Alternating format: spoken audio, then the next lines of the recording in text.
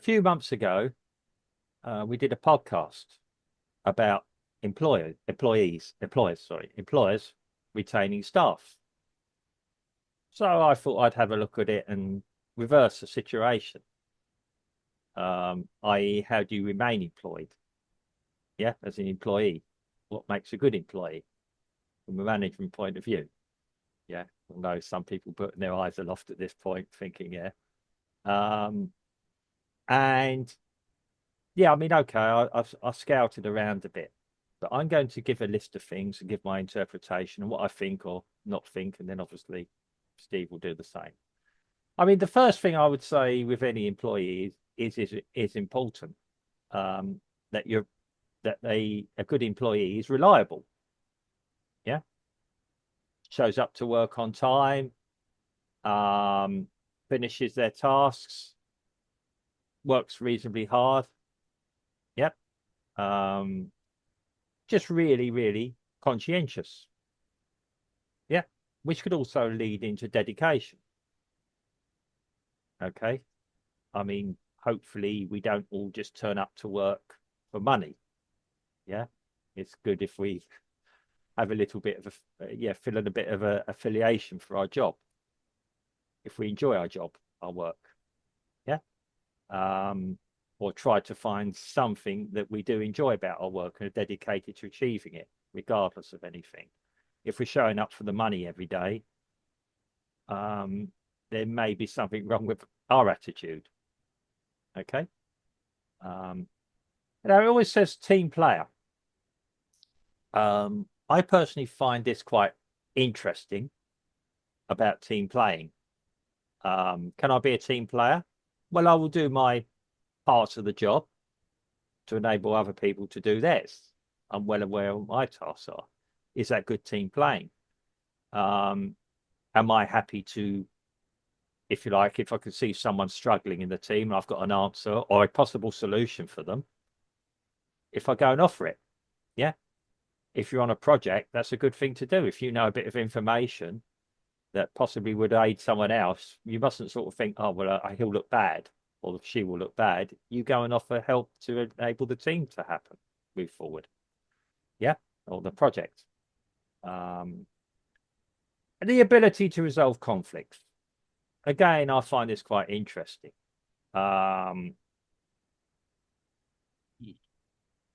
If you've maybe got the ability to resolve an issue, getting back to just like if there's a problem, maybe you can offer a solution.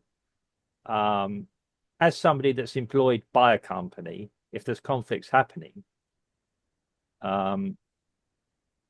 is it my role to resolve them? I mean, we talk about above my pay grade. Yeah.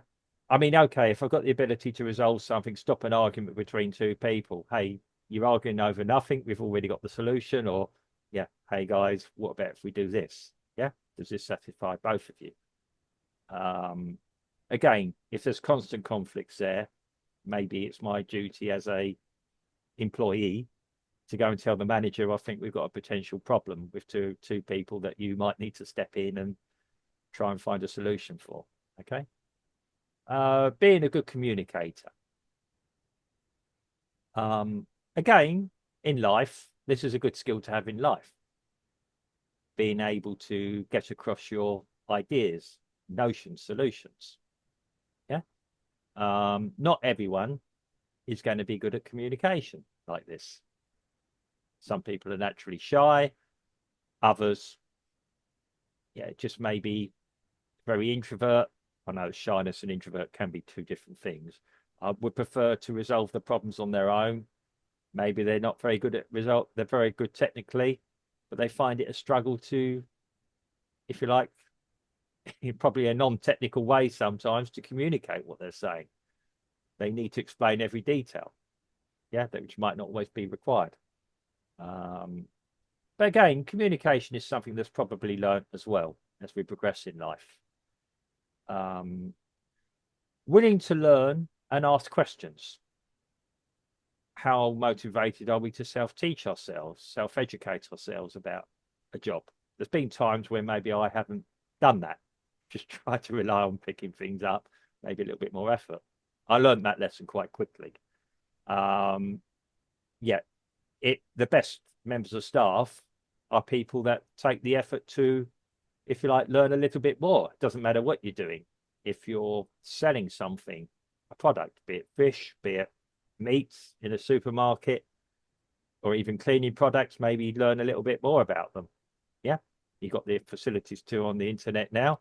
In a downtime, maybe if the company offer you an intranet, take some downtime to log on to the intranet and learn something new. Yeah, keep the job interesting for you. Yeah. Again, it's part of your dedication. If you're on the intranet, it actually gets logged on that you looked at something else. Yeah, which you legally can do. Yeah. So you didn't have much work at the time, therefore you decided to turn it into a constructive time. Asking questions again is interesting, knowing whom you got to ask the question to. I always found it was better to try and resolve a problem yourself or something yourself than just ask a question unless it's an emergency. Yeah. If you can go to your boss and say, I understand this to be this, this, and this, am I correct in that? It looks better than saying, can you explain this to me? Yeah. Being confident. Again, confidence comes from knowledge.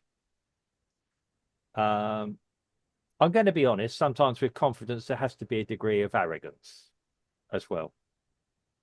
By that, what I mean is not going around, hey, I'm the best man here, I'm everything. Yeah.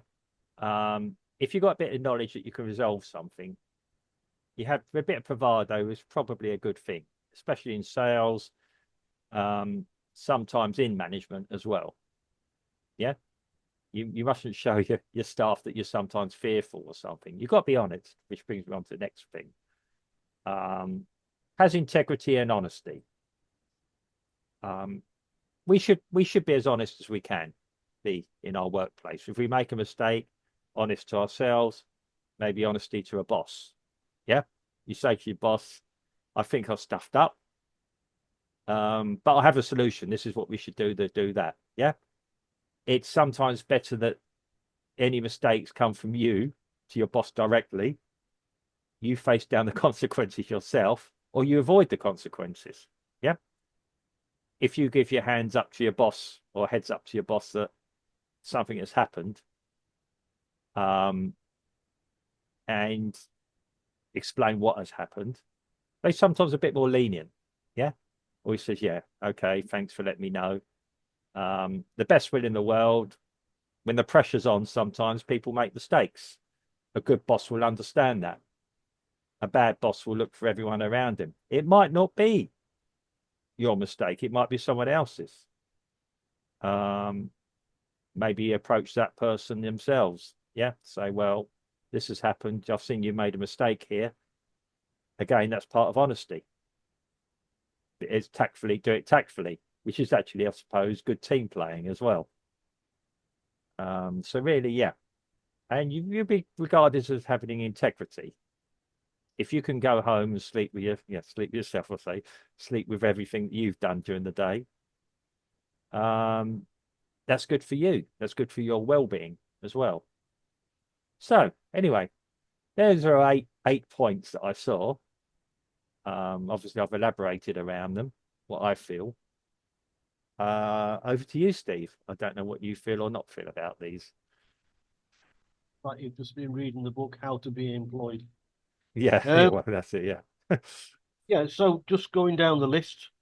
Yeah, being punctual, being where you're supposed to be at the right time is always important. Even if the people around you are late, at least you are showing that you are responsible enough to be at the right place at the right time. Yes. And if everything goes tits up because somebody's missing, it isn't you. Right. So, of course, being punctual, that's just the basic. Even if you're a factory worker, Yeah. it's always good to go in, clocking in. You have to clock in with your card, Yes. Yeah. and it's better to clock in 5 minutes earlier than 3 minutes late. Yes. If you clock in like 5 minutes earlier, It shows your boss that, you know, you're enthusiastic, which Yeah. is, you know, another trait, to Mm. be enthusiastic of what you're doing. Mm. Nobody likes to be doing something they don't like doing, Yeah. if that makes sense to you. Mm. And if you can't show that you're enthusiastic, that you're appreciative of what you're Mm. doing, then the message coming out is going to be he doesn't really want to be here. Mm. So when you get the first wave of layoffs Mm. because of this, that, and the other, Yeah. you're probably going to be the favorite candidate because you don't want to be there anyway. Yeah. So it appears, Yeah. you know.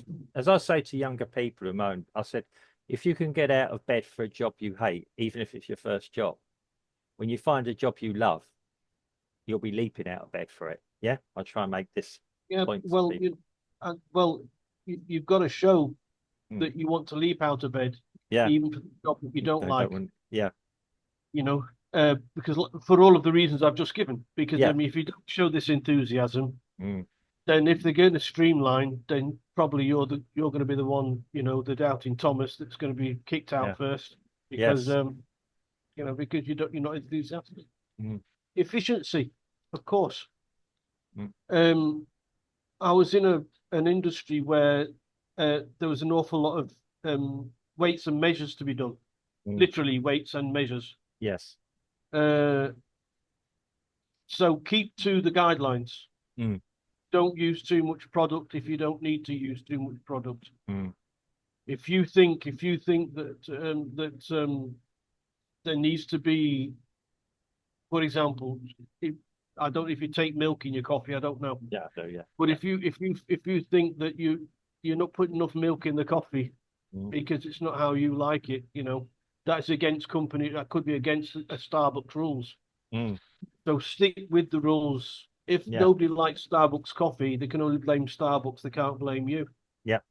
That makes sense. So Yes. be efficient, and always be friendly, Mm. amiable Yes. with the people around you. Mm. Minimum respectful. Yeah. Minimum. Mm. Minimum. You don't have to be everybody's fan. No. You don't have to be everybody's best buddy, Mm. you know, but be amiable, be approachable. Yes. That's important, to be approachable. Mm. So that if anybody comes up to you, and I'd even say this to managers, you know, Mm. be approachable. Well, yeah. Because you get some people that are scared to go up to the manager Yeah. and speak to them, exactly because they don't give off this vibe Mm. of being very, very approachable. They're being Yeah. very, very friendly, I Mm. suppose. Yeah. I put on here, which is probably not in your book, no kissing arse. Yes.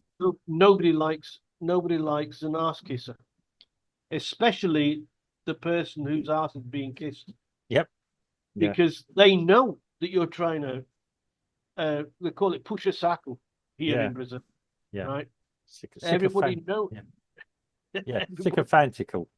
yeah. Sycophantical. Yeah. Yeah. Just be you. Mm. Just be you. If the guy likes you or the woman likes you, Mm. they'll like you. Yeah. If you're a bit of a toe rag, they won't. Mm. Exactly. You know. Yeah. But as long as you do your job, you know, Mm. they won't sack you Mm. until that thinning out of the herd starts to appear, and Yes. they'll get rid of you. Yeah. But if you're trying to get up your manager's backside all the time, they're not going to appreciate it because they can see Yeah. that you're a false person. Yeah. Yeah. You know, they can see that. Mm. And they don't want to just satisfy their ego with somebody they don't even know, Yeah. just you know, sidling up to them. Mm. You'll be one of the first for the high jump, I can promise you that. Yeah. Okay. Be truthful, be Mm. respectful, but be Yeah. truthful. Yes. So if somebody asks you a question, answer it truthfully. Mm. Answer it truthfully. Yes. You know, why are you late? Don't make up an excuse. Why is this happening? Don't make up an excuse. Mm. Never blame anybody else. No. If if you've made a mistake, never try and put the blame on anybody else. Yeah. You know, you have to own up for it. It was me. I didn't open this, or I didn't close that, or didn't Yeah. put this there. It was me. It won't happen again. I'm sorry. Mm. Yeah. Right? You learn your trade that way. Yes. Always be positive in problem solving. Mm. So if you have a meeting, group meeting, and you discover a problem, you don't just say, well, you know, I'm tired of this because this always happens. Yeah. That's a negative. That's a very Mm. negative thing. Mm. And you should be saying, so that this doesn't happen anymore, Yeah. we can resolve it doing this. Yeah. Go It come keeps, with it keeps everybody happy. It yeah. needs to be always be positive. Yeah. Always look for the positive. Yeah. Well, go with a solution, or at least a suggested But solution. Yeah. it needs to be a solution that's a positive one. Yeah. That's gonna and be innovative. Yeah. Ideas, even Mm. from a shop floor, Mm. have made millions. Yeah. We have that. I don't know if you, well, you do, of course you do. No, undercover boss. Yes. Yeah. But a lot of the time, the workers give an idea for the boss Yeah. how to improve Mm. productivity, and the Mm. boss takes up on it, and of Mm. course he does. Yeah. They're the I best. come back. I Yeah. come back to my personal victory at Mm. Computer Center Yeah. when my manager and me decided to make a database Mm. of everything that was in the storeroom. Mm. And we managed to reduce superfluous stock by a humongous amount and Yes. got it down. And when there's less stock in there, it means that more products has been sent out, Yeah. which means that the company's making more money. Yes. So, and that was no mistake. This wasn't by coincidence. I can say it now because I'm retired. Yeah. Right? Yeah. But at that time at Computer Center, in my department, I was the highest paid worker there. Yeah. I knew my value, and Mm. I sidled up to the supervisor and said, "Look, I'm worth more than this. Let's Yeah. do this." Yeah. And they agreed. They Yeah. said, "Yeah, why?" Right. When you look at things, don't ignore them. Mm. When you look at situations, don't ignore them. Always use a critical eye in a positive way. Yes. It's a little bit like waiting for accidents to happen. Mm. If a plug's frayed, then either, I'm not saying that you have to do it, but at least draw attention to it to Yeah. the right person. Yeah. Because a plug that short circuits and nobody's there, it can burn the whole damn place down. Well, I was having a discussion with someone this morning about this, a client, telling about the British Health and Safety at Works Act 1974. Yeah, you're like me. We had this drummed into us, didn't we? Everyone from the cleaner to the managing director is responsible for Yeah. safety. And nowadays, lots of places are recorded in the workplace for various different reasons, not always nefarious, keep an eye on the staff sort of thing. And maybe you could get seen, or you are known to have walked past, as you said, a hazard. There's a difference between, a hazard that caused a problem later. And if you see that, I mean, part of the fact you've got it for yourself, if you've raised that problem, drawn attention to it, raised it, gone to the appropriate way of doing it, you're in the clear from any future prosecution. I was always told if you're protecting yourself, you're protecting the company's interests. And that's not snitching. If you see us, there's nothing to snitch about. The situation is such. And even I'd go on to say it doesn't even need to be about safety, No. like sort of that's going to call the emergency services. Mm. If you look at programs like Nightmare Kitchens, I think it's called. Yes. And he goes to help out a restaurant that's for some reason is going downhill. Mm. He'll go into the back rooms and he'll see that they aren't doing stock rotation. Or leaving things, until they don't bring the old to the front Yeah, which, that's it. Stock road. you Yeah, know, yeah, I've done put, that. I had to do that. Yeah, put and the old it's to the front. So that's the yeah, first thing you get rid of. yeah, And it's surprising how many people don't do that. When the new stuff comes in, they put it on top of the old, mm, and they just don't put it into their mind that they've got to put the old on top, yeah. to get first. I mean, So that's what I mean with critical eye. mm, Gordon Ramsay, he's got a very critical eye, oh yeah. I and mean, which is something that is bred into you the yeah, longer you do a certain job. yeah. Well, that's the other thing. I mean, sometimes we end up with a yeah, complacency breeds contempt. It's an expression we used to use with This safety is and why a everything. lot of companies go downhill. Yeah, exactly. Yeah, You know, um, asking questions never offends. mm, If you have a doubt, always ask to get rid of the doubt. yeah, Right? However, ask the right questions. that's the one. Yes. Don't ask a question that's going to make you look a dick. Excuse my French. Yeah, I mean, the thing is, there's no bad questions. Just there are. There's a lot of bad questions. Well, there are. Yeah. If Um. somebody asks you to go and get some tartan paint, Yeah. you don't go to your manager and say, "Look, I've looked around for this tartan paint and I can't find it. Where is it?" Yeah. The left-handed. Then Yeah. Yeah. The left-handed screwdriver. Yeah. yeah, The right. So yeah. you've got to Um. ask the right question. Yeah. But If, yeah. if there's That's something you've really got a doubt about, ask the right question so that you get the right answer. yeah. I mean that is. That's why I say try and find it out yourself. Go to your manager and say, I can't find it in any of the reference books or something else or nowhere else. I look. Spend 5 minutes or 10 minutes, yeah, considering what question you're going to ask, as opposed to. I mean, sometimes you don't have time, maybe. Yeah. Um, yeah. I know it sounds bad, you don't have time, but sometimes, yeah, you might just need to know a quick answer. Sometimes when you're asking the question, halfway through it, you're thinking, The answer's there. yeah, and you can say to the boss then, sorry, I've just answered my own question. Yeah. Yeah, when you've processed it. And so a good boss will go, good. That's good on you. Yeah.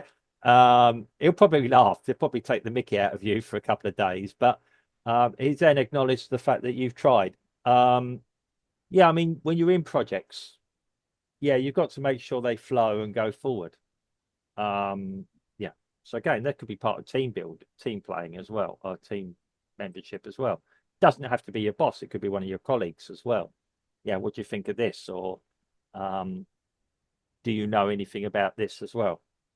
Yeah, hopefully they'll be honest and read the same manual as I've just given you here and go, oh yes, Mark, it's wonderful. Yeah, it's this and this and this. Yep. And the last on my list Yeah.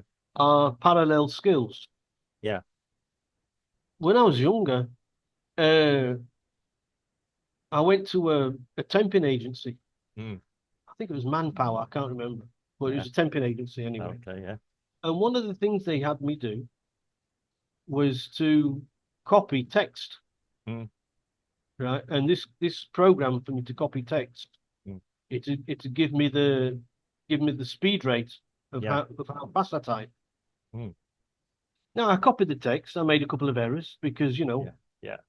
I was young at the time, uh, and I even thought to myself, well, I'm not going to be a secretary of anybody. I'm not going to be a secretary, you know. Yeah. But then further along the road, I realized that they need people who can type Mm, to do processing, yes. to do number processing, things like Mm, that, yeah. you know. And so if you've got this skill, Mm, flaunt it, yeah. you know. Now everybody in the world now should know at least reasonably how to type Yeah. because everybody uses the computer. Mm, Everybody, even if you're using two thumbs on a cell phone, yeah. you know, I or can't use it. Yeah. if you're so dexterous you only need to use one thumb. You know? Yeah, it's the youngsters that are doing that. It's like, but yes, how do you do that? But yeah. But our day-to-day lives, gives us skills. Mm, And if we find it necessary to take these skills along with us mm, to where we have a job, You know, if they have any relationship with the job, then we can. So, for example, I know how to make Word documents, for example. Yeah. Right. However, I don't know how to make Excel documents. Right. Well, you've done, Right. yeah. So, Excel for me, if somebody gave me an Excel document to alter, I just wouldn't have a clue.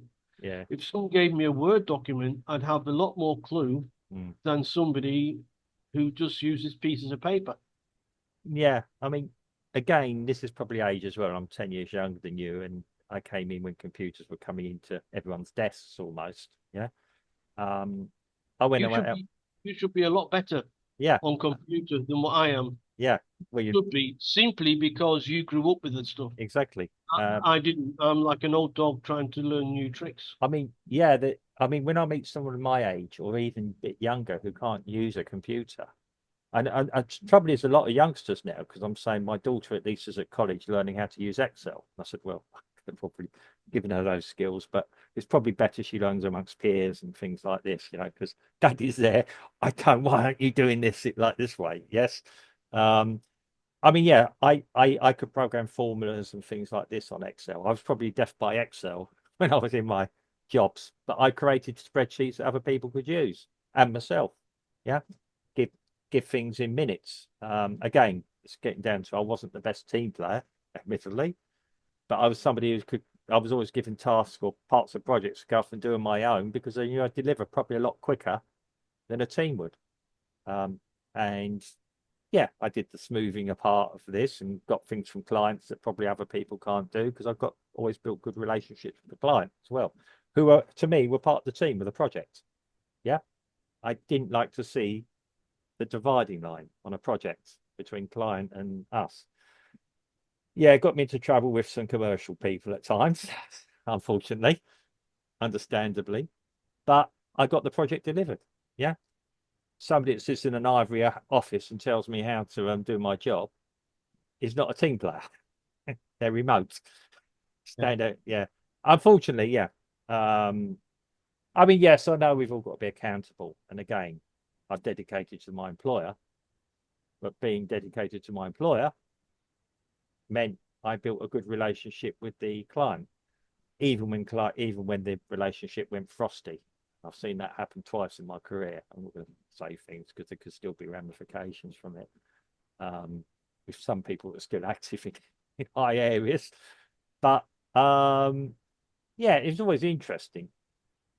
But yeah, sometimes I was sent into a situation where a youngster had actually managed to cause problems, and I'd experienced. And again, I built up quite a good relationship with even guys on the shop floor from the client's point of view. Yeah.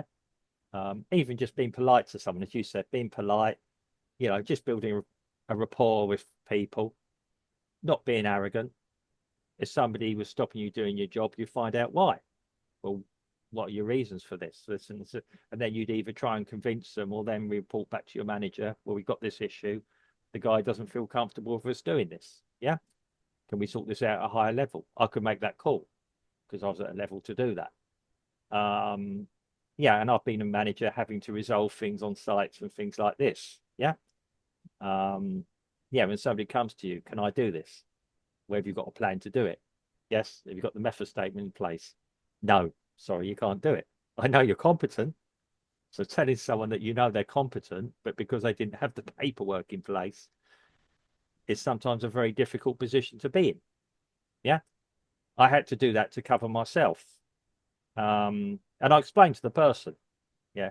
And I did jokingly say, well, it's more than my job's worth to do that. Yeah. Yes, I'm a job's worth, but I'm a job's worth for a reason. And normally, if you explain things to people, and people are always going to be awkward and bitter and things like that.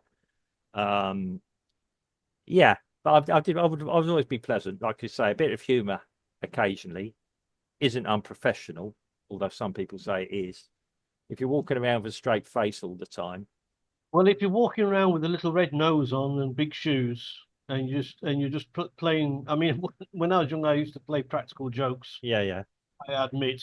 yeah, Uh, but it was during break times. It wasn't during the